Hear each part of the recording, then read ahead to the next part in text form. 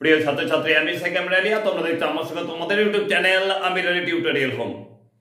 এসে গেছে তোমাদের সামনে পঞ্চম সেমিস্টার এক্সাম। হ্যাঁ, তোমরা ঠিক শুনেছো, তোমাদের পঞ্চম সেমিস্টার এক্সাম খুব শীঘ্রই আসতে চলেছে।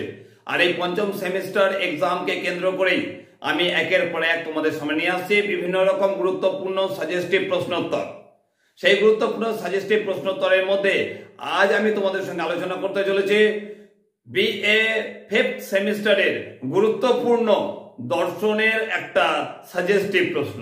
হ্যাঁ, দর্শন জিই জেনারেলের তোমাদের জন্য গুরুত্বপূর্ণ যে সাজেস্টিভ প্রশ্নোত্তরগুলো আমি নিয়ে এসেছি, সেই প্রশ্নগুলোকে বলতে হয় অবশ্যই খুব যত্ন সহকারে প্রস্তুত করে রাখো তোমাদের পঞ্চম সেমিস্টার পরীক্ষার জন্য।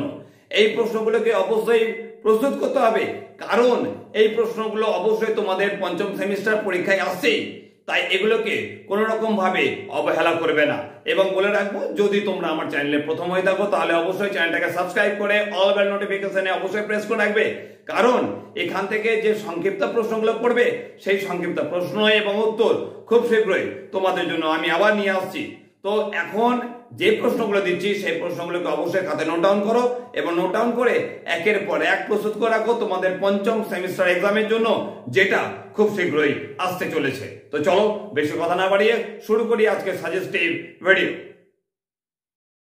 তো সবার আগে করবে 4 ভাগ মতে প্রত্যক্ষ একমাত্র প্রমাণ আলোচনা করো। খুব গুরুত্বপূর্ণ প্রশ্ন এটা, করে রাখবে। তারপরে প্রশ্ন জড়বাদ কাকে বলে, 4 ভাগ জড়বাদ সংক্ষেপে আলোচনা করো।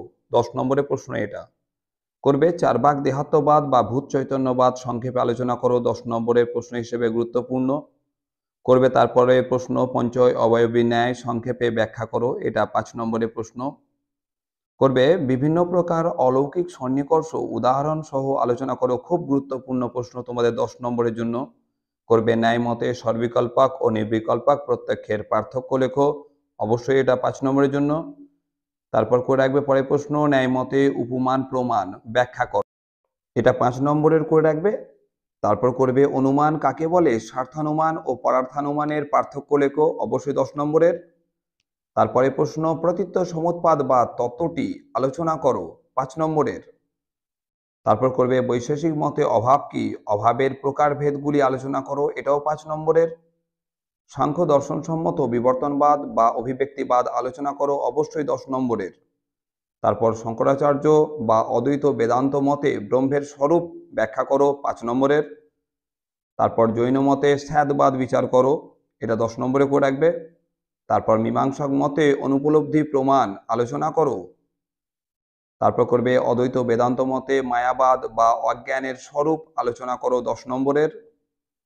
এরপরে প্রশ্ন সৎকার্যবাদ বলতে কি বোঝায়, সৎকার্যবাদের পক্ষে সাংখ্যদের যুক্তি আলোচনা করো, 10 নম্বরের। ন্যায় মতে শব্দ প্রমাণ ব্যাখ্যা করো, অবশ্যই 5 নম্বরের, গুরুত্বপূর্ণ।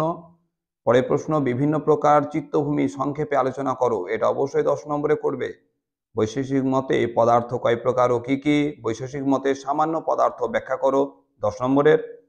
বৈশেষিক মতে বিশেষ পদার্থ সংক্ষেপে আলোচনা করো, এটাও 10 নম্বরের। তারপরে প্রশ্ন করবে গৌতম প্রদত্ত প্রত্যক্ষের লক্ষণ কি, লক্ষণে ব্যবহৃত প্রতিটি পদের অর্থ বিশ্লেষণ করো।